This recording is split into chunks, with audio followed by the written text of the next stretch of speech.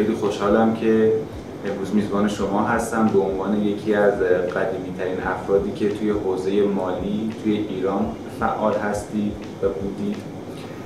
خب شما سابقه 20 ساله‌ای از خودتون ثبت کردید توی بازارهای مالی، حالا ارز دیجیتال، کریپتوکارنسی. برای شروع یک مقدار برامون از 20 سال گذشته بگید، اون فضایی که توی بازارهای مالی 20 سال گذشته بوده رو برامون به تصویر بکشید. عرض سلام، عرض ادب خدمت شما. عرضم به حضورتون که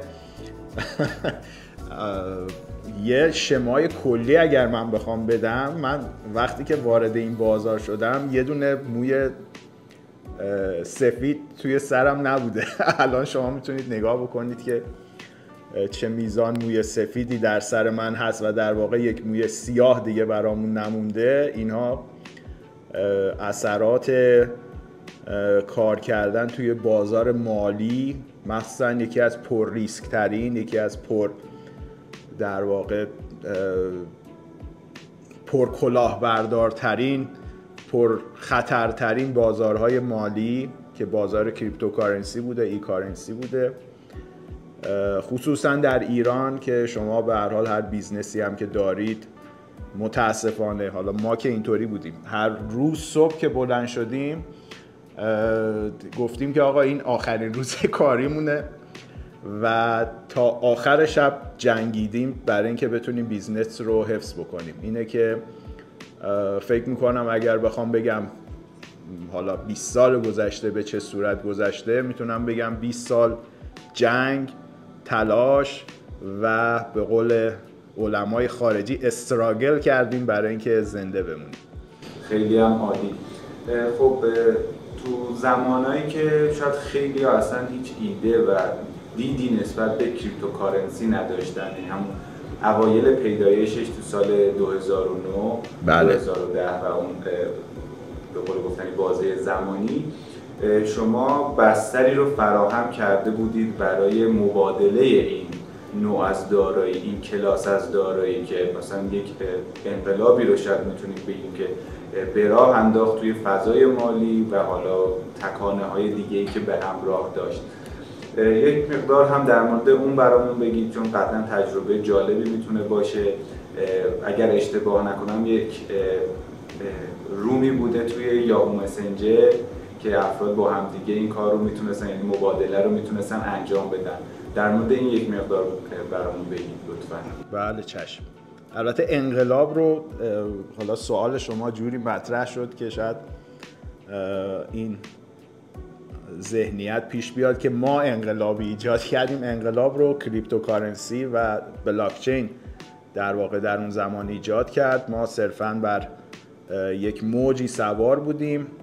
البته خب ما حدوداً فکر میکنم از سال عرضم به حضورتون که 2003 2004 ما این کار رو به طور خاص شروع کردیم. اون موقع خب کریپتوکارنسی ها نبودن،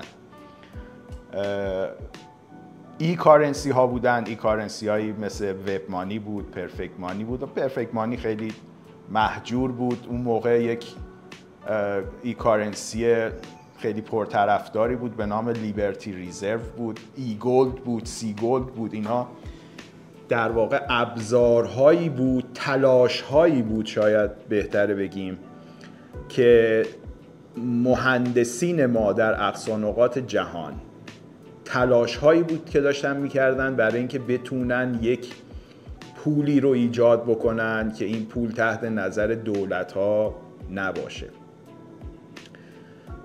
قبلش خب این آرزوی بشر بوده که همیشه بتونه از زیر یوغ این دولت‌ها و بانک‌های مرکزی، خصوصاً که یه سیطره‌ای دارن، چنبره زدن روی پول‌ها، بتونن یک آزادی داشته باشن. خب این آرزو بوده. به طور اخص جناب هایک در فکر می‌کنم 1953 بود، دقیقاً عددش رو یادم نیست، یک کتابی منتشر کردن به نام The Nationalization of Money، یعنی خصوصی سازی پول. یعنی اینکه چرا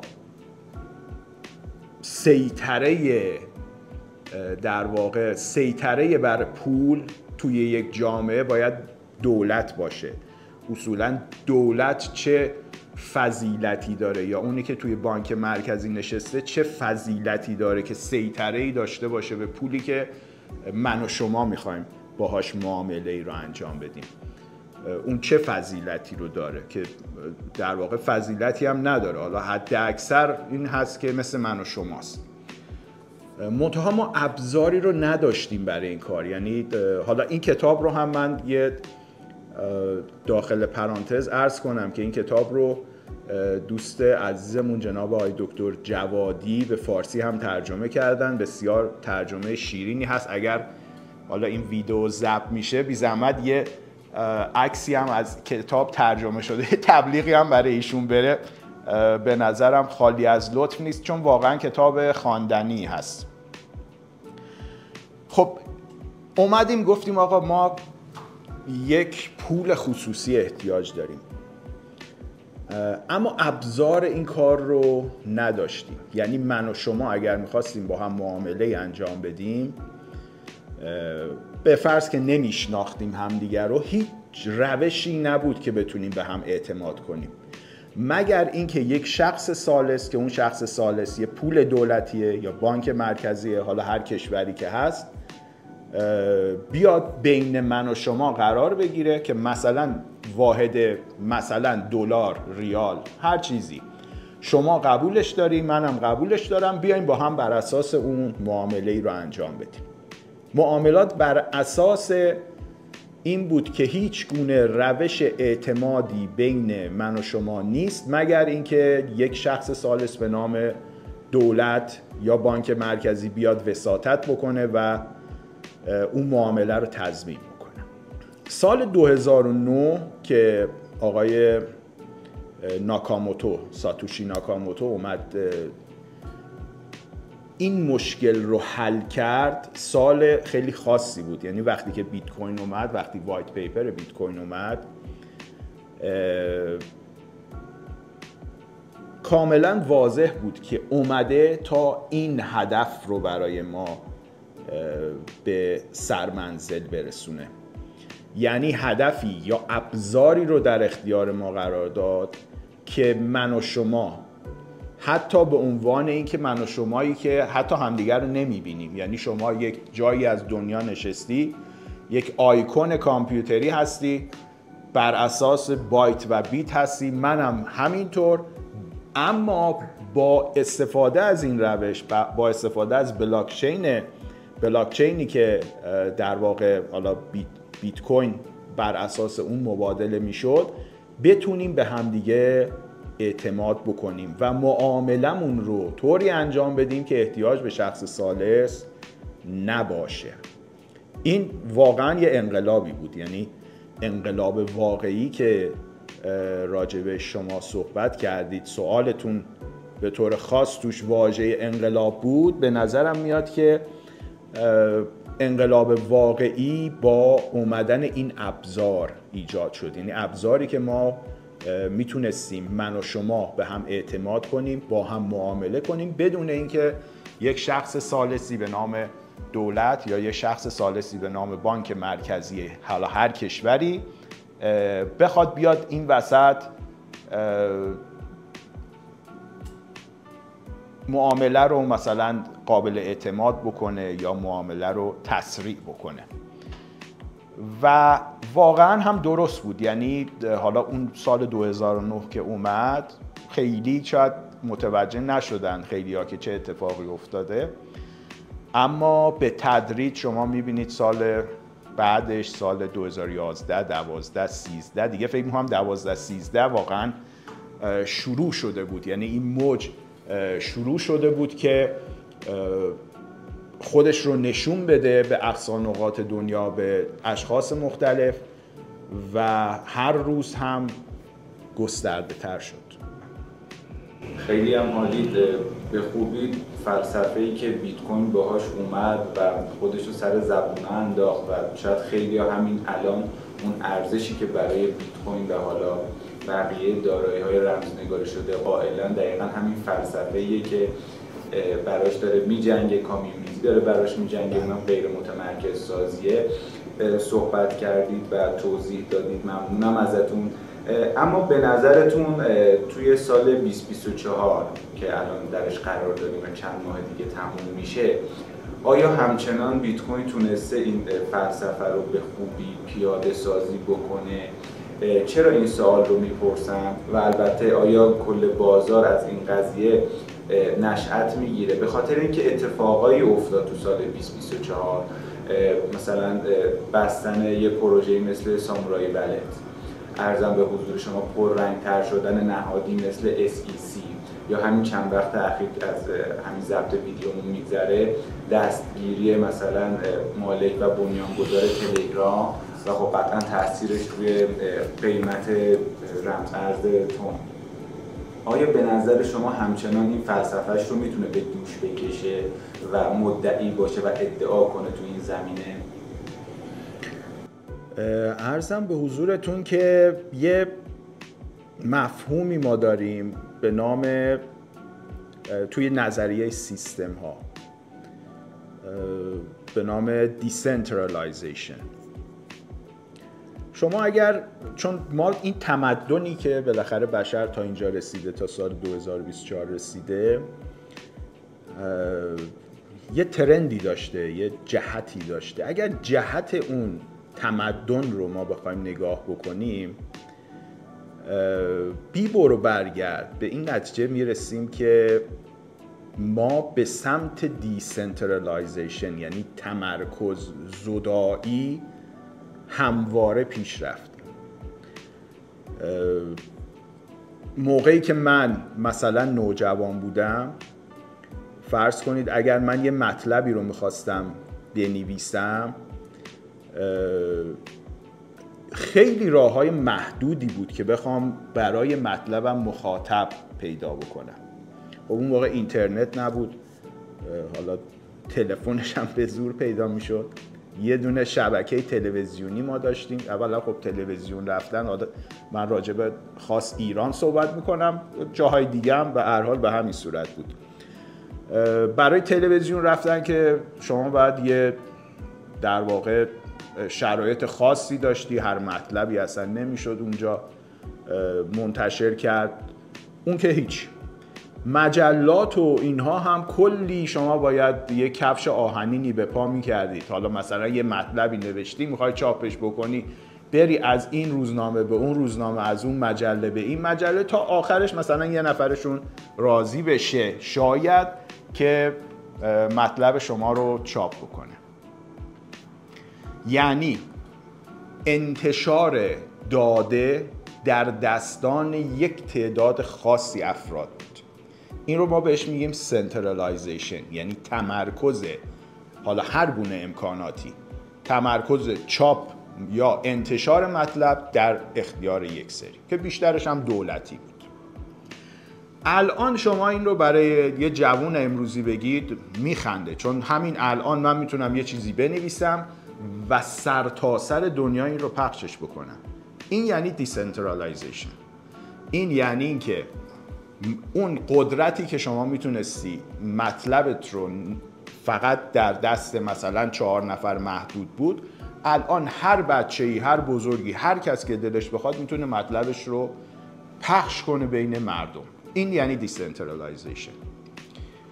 مثال دیگهش مثلا شما فرض کنید که اگر یک بیماری مثلا یه نفر میگرفت، حالا در دوره‌های قبل شما به مطالب پزشکی اصلا دسترسی نداشتید، فقط دکترها بودند که حالا در واقع به صورت خدایگان سفیدپوش من بعضی وقتا میگم که فرض کنید حالا یه قرص سردردم میخواستن تجویز بکنن، کلی کلاس میذاشتن. الان شما تمام دیتای پزشکی رو ولی الان میتونید به راحتی پیدا بکنید. شما توی چت جی پی تی مثلا فرض کنید، خیلی جالبه، نتیجه آزمایش هم من دادم، به هم دقیقاً گفت که آقا این قرص رو بخور، این قرص رو بخور. یعنی اون تمرکزی که پزشکان حالا با 4 تا کتابی که در دستشون بود داشتن، حالا بعد این بحث پیش نیاد که پزشکان بیان اعتراض کنن که آقا تو به ما توهین کردی. حالا صنف X الان شما اون اطلاعات رو کامل در دسترس هر بچه‌ای می‌بینید. این یعنی دیسنترالایزیشن، یعنی شما پخش اومدی کردی. این رو میخوام بگم که تمدن بشری داره به سمت دیسنترالایز کردن میره، یعنی هر چیزی رو ما داریم میبریم به سمت دیسنترالایز. پول هم برسیم به پاسخ سوال شما. پول هم دقیقاً به همین صورته، یعنی ما اومدیم از طریق بیت کوین قدرت چاپ پول و قدرت پخش پول رو از یه سری، حالا بیت کوین که میگم کریپتوکارنسی ها هم منظورم، چون مادر کریپتوکارنسی ها بیت کوین، حتی شاید مادر بلاک چین هم یه جوری بتونیم بگیم بیت کوین هست. اومدیم ما اون قدرتی که دولت ها داشتن که فقط اونها بتونن پول چاپ کنن، بانک مرکزی ها داشتن بتونن پول چاپ بکنن، ما اومدیم از طریق این تکنولوژی جدید دیسنترالایزش کردیم و این توانایی رو به هر کس دادیم که اولا بتونه این رو، حالا از شیوه هایی که هر کدوم از اینها در واقع شیوه های کانسنسس به فارسیش مثلا بگیم اجماع، شیوه های اجماع مختلفی دارن هر کدوم، ولی این شیوه های اجماع جوری هست که میتونه در دست من باشه، میتونه در دست شما باشه، در دست هر کس دیگه هم میتونه باشه. شما احتیاجی نیست که حتما دولتی باشید یا جور خاصی باشید که بتونید به اینها دسترسی داشته باشید. اگر این رو بپذیریم که جهت پیشرفت بشری همینطور ادامه پیدا خواهد کرد و به سمت دیسنترالایزیشن بیشتر خواهد رفت، 100% بیت کوین هم و یا کریپتوکارنسی های دیگه هم از این اصل کلی مجزا نخواهند بود. یعنی علی‌رغم بالا و پایین هایی که خواهند داشت، هر روز به سمت گسترش بیشتر و به سمت حتی اگر افزایش قیمت هم نداشته باشن که خواهند داشت، به سمت گسترش بیشتر خواهند رفت. علی‌رغم اینکه دولت ها، من فکر میکنم که تا الان خیلی کمکاری کردن، یعنی دولت ها اگر بدونن که چه دشمنی اومده که میخواد در واقع اون چنبره‌ای که اینها زدن روی پولهای مردم، هر چقدر دلشون میخواد تورم ایجاد میکنن، هر جا که دوست دارن از جیب مردم ور میدارن خرج میکنن، اگر بدونن که چه دشمنی اومده سمتشون شاید بیشتر مبارزه میکردن. اگرچه حالا فکر میکنم جدیدن شروع کردن یه کارهایی رو میکنن، اما اون جهت کلی جهتی هست که نهایتاً جلوش کم خواهند آورد. چطوری میشه فقط شو تبلیغاتیه که مثلا یکی مثل دونالد ترامپ واسه همین رقابت‌های انتخاباتی امسال آمریکا میاد مثلا تو کنفرانس سالانه بیت کوین شرکت میکنه، میگه من به رسمیت میشناسم، یا نه برنامه خاصی داره؟ حتی مثلا تو صحبتاش این بود که خب یکی از کاربردها یا استفاده هایی که بیت کوین حالا شاید یه ذره روش اثر منفی گذاشت این بود که توی سیلک رود استفاده شد توسط راسموند، که حتی من خوندم جایی خود همین آقای ترامپ گفته بود که من بیام اینم احتمالاً آزادش بکنم، یعنی با این روی کرد همون داستانی که هر کسی هر کاری میخواد بکنه و نمیدونم آزادی و لیبرتاریانیسم. یعنی چطوریه واقعا کسی پیدا میشه، یا حتی رئیس جمهور فعلی آرژانتین یا السالوادور، اینا چطوریه؟ میخوان ازش استفاده بکنن یا نه میخوان یه جوری نرم بکنن که باز بگیرن تو سیطره خودشون جریان رو؟ به نظر شما؟ والا من نظرم اینه که خیلی راجع به چیزایی که ندونم صحبت نمی کنم. من نمیدونم آقای ترامپ چه چیزی توی ذهنش هست، اگرچه در واقع رئیس جمهور السالوادور از طریق این دوستمون آقای سیف الدین آموس که یکی از نویسندگان خوب هست توی زمینه کریپتو، ایشون شده مشاور در واقع رئیس جمهور السالوادور در زمینه کریپتوکارنسی ها. من فکر میکنم، میگم راجع به این مسئله اطلاعات خاصی ندارم که بخوام، چون معمولا این نکته رو هم بگم، ما ماشاءالله جوری هست که معمولا راجع به همه چیز اظهار نظر میکنیم. به نظرم خیلی اشکالی نداره آدم راجع به چیزی که نمیدونه بگه نمیدونم، ولی به نظرم میاد که بعضی جاها بعضی اشخاص تفاوت بین این که ما به سمت دولت گرد بکنیم یا به سمت مردم گرد بکنیم رو فهمیدن که اگر به سمت مردم گرد بکنیم در واقع داریم دولت رو تقویت میکنیم، اما اگر به سمت دولت گرد بکنیم داریم دولت رو تضعیف میکنیم، چون داریم از مردم دور میشیم. یه مثالی من بزنم. ببینید، فرض کنید که من رئیس بانک مرکزی ام. خب اون پوزیشنی که من دارم، اون موقعیتی که من دارم توی بانک مرکزی اینه که بیت کوین دشمن منه. حالا بیت کوین که میگیم، حالا کریپتوکارنسی های دیگه هم جزوش هست. یعنی من تو فکرم اینه که بیام این رو محدودش بکنم. حتی خب میدونید الان توی بانک مرکزی ما این صحبت هست که حتی بیت کوین رو کلا بزنیم کله پاش کنیم، اگه میتونستن البته این کار رو میکردن تا الان، یا خرید و فروشش رو محدود بکنیم یا هر چیز دیگه. اما من نوعی به عنوان یک شخص، نه به عنوان رئیس بانک مرکزی، نفعم در اینه که بتونم از این روش استفاده بکنم. چرا؟ چون اولا اون پول دست خودمه، ارزشش از بین نمیره. من فکر نمی کنم حتی خود رئیس بانک مرکزی، حالا راجع به ایران داریم صحبت میکنیم، ریال تو حسابش نگه داره. میدونی چی میگم؟ یعنی اونم خودش 2 تا 4 تا که میکنه، میدونه سیستمی که داره مدیریت میکنه کارش اینه که هی پول چاپ کنه، پول رو پخش بکنه. خب ارزش پول مردم میاد پایین. یعنی خودش برای زندگی شخصی خودش اگر بخواد تصمیم بگیره، به نظر من میره تتر میخره یا بیت کوین میخره میذاره توی حسابی. اما اگر به عنوان رئیس بانک مرکزی بخواد بشینه محاسبه بکنه، خب بله میاد میگه که نه جمعش بکنید و اینا.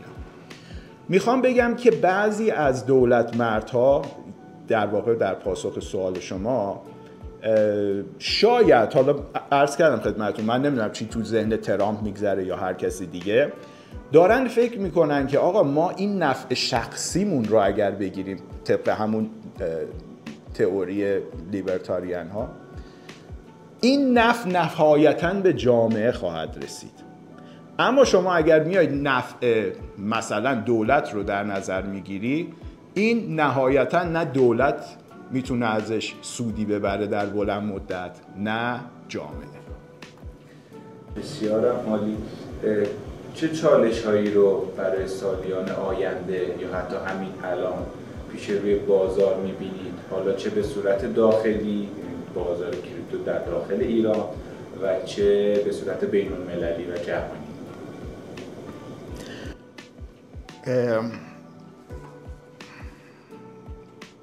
بیت کوین $32 بود. من اولین بیت کوینی که خریدم $32 خریدم. وایت پیپرش رو نگاه کردم، فکر می‌کنم سال 2011 بود، نمیدونم دقیقاً، فکر همین حدودا شاید. خیلی کیف کردم. یعنی این نظریه که ما بالاخره تونستیم یک پولی، یک سیستمی ایجاد بکنیم که من و شما که همدیگر رو نمیشناسیم و حتی شاید دشمن هم هستیم بتونیم با هم معامله بکنیم بدون اینکه دولت بیاد وسط یا بانک مرکزی بیاد وسط. این خیلی برای من جذاب بود. به یکی از دوستانم هم پیشنهاد کردم، گفتم حالا اسم نمیبرم، گفتم این خیلی خوبه، اینو بریم بخریم. من خودم خریدم، ایشون هم خرید. 2-3 ماه بعد، چشمتون روز بعد نبینه، این شد $2. یعنی از $32 اومد به $2 رسید. این دوست ما اومد یعنی من دیدم که دوستی رو فراموش کرده کامل، یعنی در حد آبروریزی که یعنی واقعا یعنی آبروریزی کرد دیگه، که تو سر من کلاه گذاشتی، خودت اصلا این ساتوشی ناکاموتو خودتی این پولم رفته تو جیب خودت، سر من کلاه گذاشتی بعد جبران کنی. گفتم آقا ما چند سال دوستیم با همین، چه حرفایی تو داری میزنی؟ هیچ اثری نداشت. گفتم آقا خب من خودم ور میدارم بیت کوین تو، خودم بیا این چقدر خریدی، حالا عددا رو نمیگم، چقدر خریدی این پولتو بگیر، ضررش مال من. چون خیلی هم هست، شما ببین $32 کجا، $2 کجا، یعنی درصد زیان رو شما حساب کنیم. بنده خدا هم ناحق نگفته. این رو میخوام بگم.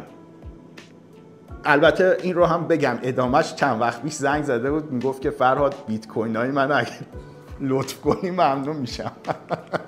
گفتم چشم، با مهندسی صحبت میکنم. این رو میخوام بگم، بازار مخصوصا اون جهت هایی که ما در نظر داریم برای پیشرفت بشری که من خدمتتون عرض کردم، این جهت هم چون به سمت دیسنترالایزیشن حتما داره به جهت درستی میره، بالا و پایین زیاد داره. البته خب بالا و پایین تو زندگی هست دیگه. اون چه که مهمه، اون چه که ما رو موفق میتونه بکنه، صبر کردن هست توی بازار. من میخوام این در واقع مثالی که زدم بیارم همینجا. خب ما هم چند وقت پیش بیت کوین تا $18,000 رفت بالا، تا 20,000 تا رفت بالا، بعد اومد تا 3,000 تا، الان تا 70,000 تا رفت بالا، الان اومده حدود 50 و فکر میکنم 56,000 تاست. صبر کردن توی بازار خیلی مهمه، یعنی اینکه ما بدونیم اگر هم این داره به سمت پایین میره، باز جهت کلیش به سمت بالا هست. چشماندازی که من ازش میبینم چشماندازیه که از اون روز اول گفتم، اینه که به نظرم میاد باز گسترده تر خواهد شد، باز قیمتش بالاتر خواهد رفت. اما پیش بینی یعنی پیشگویی ندارم که من بخوام بگم، چون واقعا پیشگویی کردن از نظر من، شما میتونید شرط بندی بکنید، بگید آقا من شرط میبندم این تا آخر امسال میره تا فلان قد میرسه. اما واقعا این آنالیست هایی که میشینن میگن مثلا تا 2025 به اینجا میرسه یا تا 2026 به اینجا میرسه، من اعتقادی ندارم. حالا شاید کسایی باشن که بهش اعتقاد داشته باشن، اما جهت کلیش مطمئنم که مثبت هست، اگرچه ممکنه ریزش هایی داشته باشه. و اون چه که در واقع چشمانداز رو برای ما تعریف میکنه خودمونیم و صبرمون. میگه که صبر تلخ آمد ولیکن عاقبت میوه شیرین دهد پر منفعت. اگه بخواید یه جمله یا یه سوال از ساتوشی ناکاموتو بپرسید یا بهش بگید چیه؟ سوالی که ندارم ولی I love you ساتوشی ناکاموتو. این تنها چیزیه که میتونم بگم. واقعا دستش درد نکنه، خیلی ژنی بوده این شخص. خیلی هم عالی.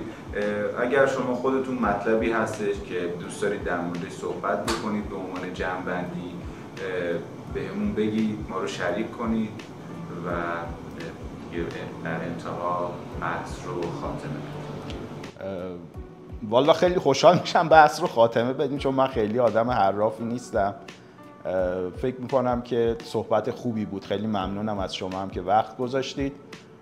حالا اگر دوستانی هم گوش میدن، این نکته خیلی مهمه که ما، حالا شخص خود من چیزی بلد نیستم، اما تجربیاتی دارم که حالا تو این صحبت در میون گذاشتیم با هم. یعنی به این معنی نیست که چیزی بخوایم به کسی یاد بدیم یا کاری بکنیم، اما به نظرم تجربیات بعضن شاید جالبی باشه که توی صحبت‌ها میشه ازش استفاده کرد. ازتون تشکر میکنم. درود میفرستم به همگی.